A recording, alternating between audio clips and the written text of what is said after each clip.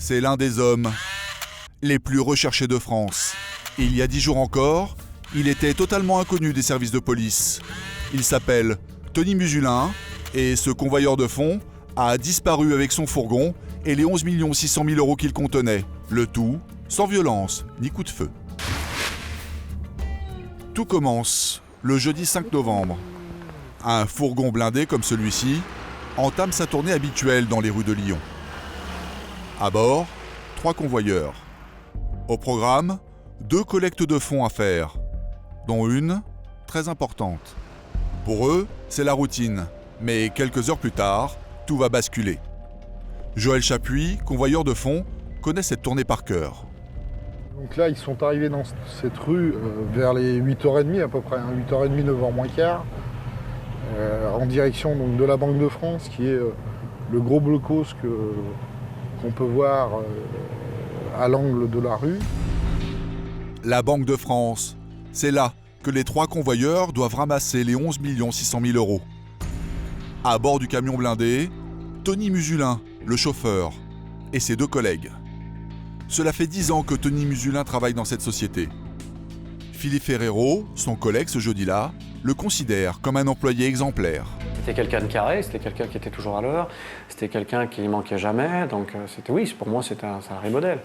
Après, ses humeurs, son tempérament, chacun a son tempérament. On avait une confiance aveugle et c'est tout. Depuis quelque temps cependant, il a bien remarqué un changement de comportement chez son collègue. Mais ce jour-là, il met ça sur le compte d'une gastro-entérite, car Tony se prétend malade. Je l'ai vu se dégrader ces dernières semaines. Là. Il était plus grognon, il était plus susceptible. Mais par contre, la dernière semaine, il ne disait rien. Il était renfermé. Bon, il était malade aussi, mais il était au boulot, quoi. Mais après, je vous dis, je ne l'ai pas senti ces dernières semaines, je ne l'ai pas trop senti. Vous l'avez senti préoccupé? Oui, il était ailleurs. Et puis il était ailleurs. Il n'était pas bien, quoi. Voilà. Il est 8h45 quand le fourgon se présente devant le bunker ultra sécurisé de la Banque de France. Le véhicule est rentré par ces grilles pour pouvoir charger les 11 millions. 11 600 000 €, ça pèse près d'une demi-tonne. Les convoyeurs vont mettre 3 quarts d'heure pour charger les 47 sacs de billets dans le fourgon. Puis ils reprennent la route pour effectuer un deuxième chargement dans un autre entrepôt. Pour Joël Chapuis, c'est une grave erreur de sécurité qui vient d'être commise. Vous faites la Banque de France et vous êtes au maximum de l'argent que vous pouvez transporter. L'obligation pour les convoyeurs, c'est de rentrer directement à leur centre fort avec cet argent. Ce qu'ils, là, n'ont pas fait. Alors, qui aurait pris cette décision d'aller au second dépôt? Est-ce leur employeur ou est-ce Tony Musulin qui aurait persuadé ses collègues d'effectuer un dernier chargement afin de gagner du temps sur leur tournée? Dans les 2 cas, il sait très bien qu'une fois là-bas, il sera seul dans le fourgon. Là, ils se sont arrêtés effectivement ici, dans ces entrepôts, ici, rue du Vivier, et c'est là où il a laissé donc, ses camarades rentrer dans des locaux. Et quand les 2 convoyeurs ressortent, quelques minutes plus tard, c'est la surprise. Avec mon collègue, on est sortis, il n'y avait plus de camion. Donc on savait que Tony était contrarié, il avait une gastro. Donc tout de suite, on a pensé il a dû peut-être retourner au centre, aller, je sais pas, faire se changer ou aller au WC, quoi, tout de suite. Mais bon, c'est vrai que c'est la première fois que ça nous arrivait, c'est un truc de fou, quoi, je veux dire. Donc nous, on a fait le nécessaire, on a rappelé plusieurs fois Tony, on a rappelé le camion. Moi, je suis intervenu avec mon tati-walkie et en voyant que ça ne répondait pas, on a averti notre hiérarchie. Aussitôt, c'est le branle-bas de combat au PC de l'entreprise.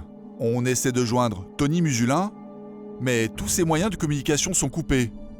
Son téléphone, son talkie-walkie et surtout sa balise GPS qui permet de localiser le fourgon blindé.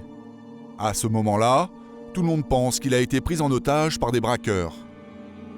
À commencer par Philippe, son collègue. D'un moment, on avait peur pour sa vie, quoi.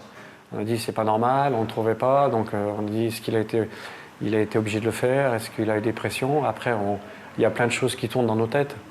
Et au fil du temps, on découvre les faits. Mais au début, on pensait à lui, c'est normal. 2 heures plus tard, à 12h30, la police retrouve le fourgon à quelques centaines de mètres de son lieu de disparition. Le moteur tourne encore. Pendant ce temps-là, une équipe de policiers perquisitionne le domicile de Tony Musulin à Villeurbanne. Et quand les collègues du capitaine Jean-Paul Borelli pénètrent à l'intérieur de l'appartement, ils comprennent tout de suite. Les policiers arrivent donc au cadre de la rue Louis Braille. Ils arrivent d'un appartement vidé de ses meubles où le ménage a été fait. Il n'y a plus de draps, il n'y a plus... On constate que c'est un appartement vide et donc que M. Musulin a programmé un départ donc, qui nous permet de constater qu'effectivement il n'est plus considéré comme otage mais qu'il est certainement, vraisemblablement l'auteur du vol qu'il vient de commettre. Les policiers lancent aussitôt un avis de recherche. Et surtout, ils épluchent ses relevés téléphoniques. Et ça va leur donner une première piste. Une agence de location de voitures où Tony Musulin a loué une camionnette blanche, comme celle-ci. Retrouver cette camionnette devient l'objectif prioritaire des enquêteurs. Pour cela, ils quadrillent le quartier où ils ont retrouvé le fourgon blindé et interrogent des centaines de riverains. Grâce à cette enquête, les policiers découvrent qu'il loue un box à son nom dans ce parking. Il a loué pour une durée de 3 mois. Je crois qu'il avait loué jusqu'au 31 décembre. Donc vous voyez qu'il avait quand même vu relativement large. Et quand les policiers ouvrent le box, surprise. Les enquêteurs tombent sur une énorme partie du magot. 9 millions d'euros bien tassés, encore emballés dans leur sac d'origine. Mais il manque encore 2,5 millions d'euros. Des coups de fil passés avec son propre téléphone, une voiture et un box loués à son vrai nom, et les 3/4 du magot laissé derrière lui.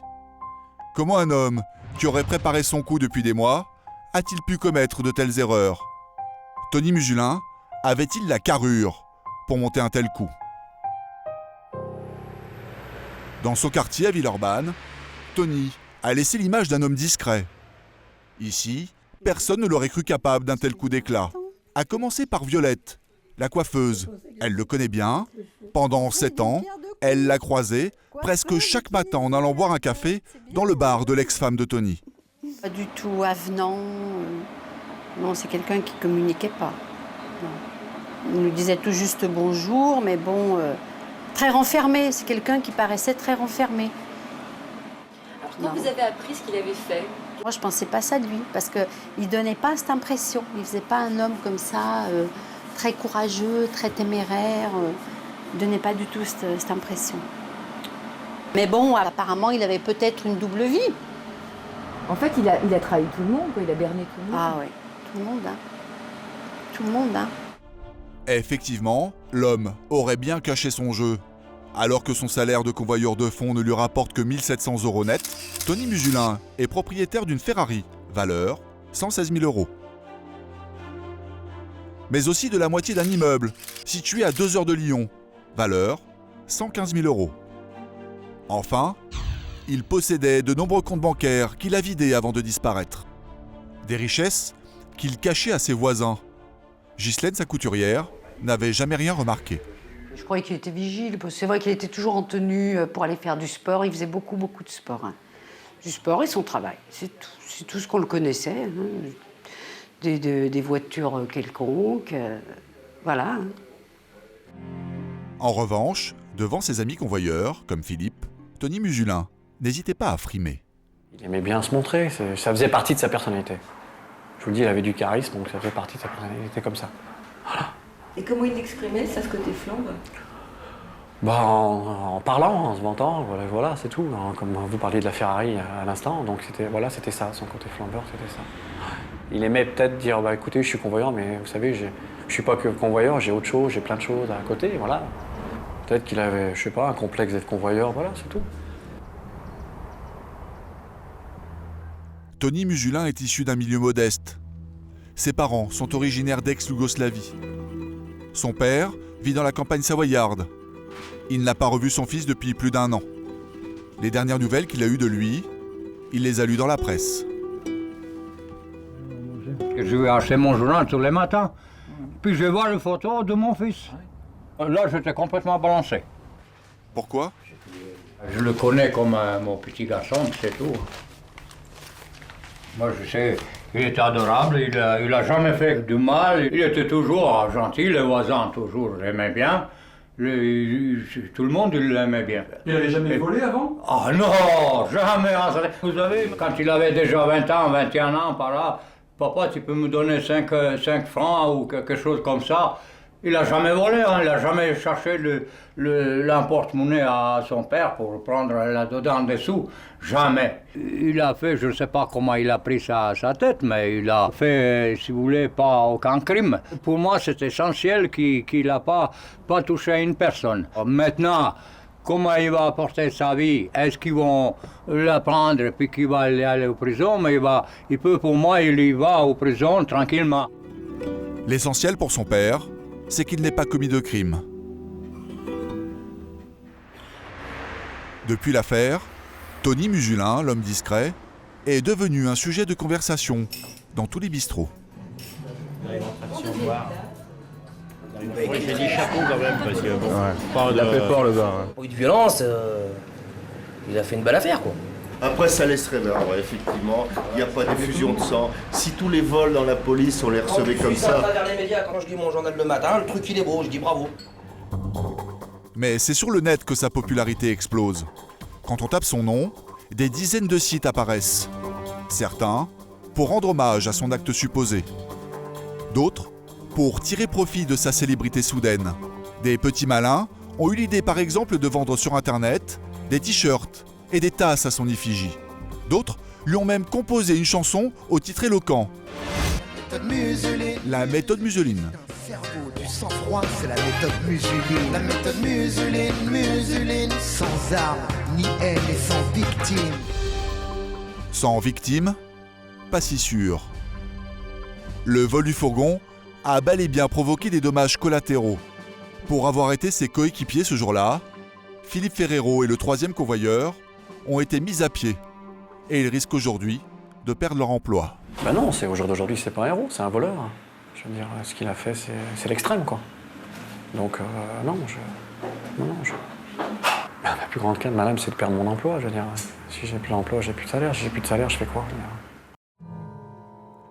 Pour l'instant, les inspecteurs sont toujours sur la brèche. Où est passé Tony Musulin? Où sont passés les 2,5 millions d'euros qui manquent toujours? S'il s'avère que c'est bien lui qui les a volés, il risque 3 ans de prison et 345 000 € d'amende.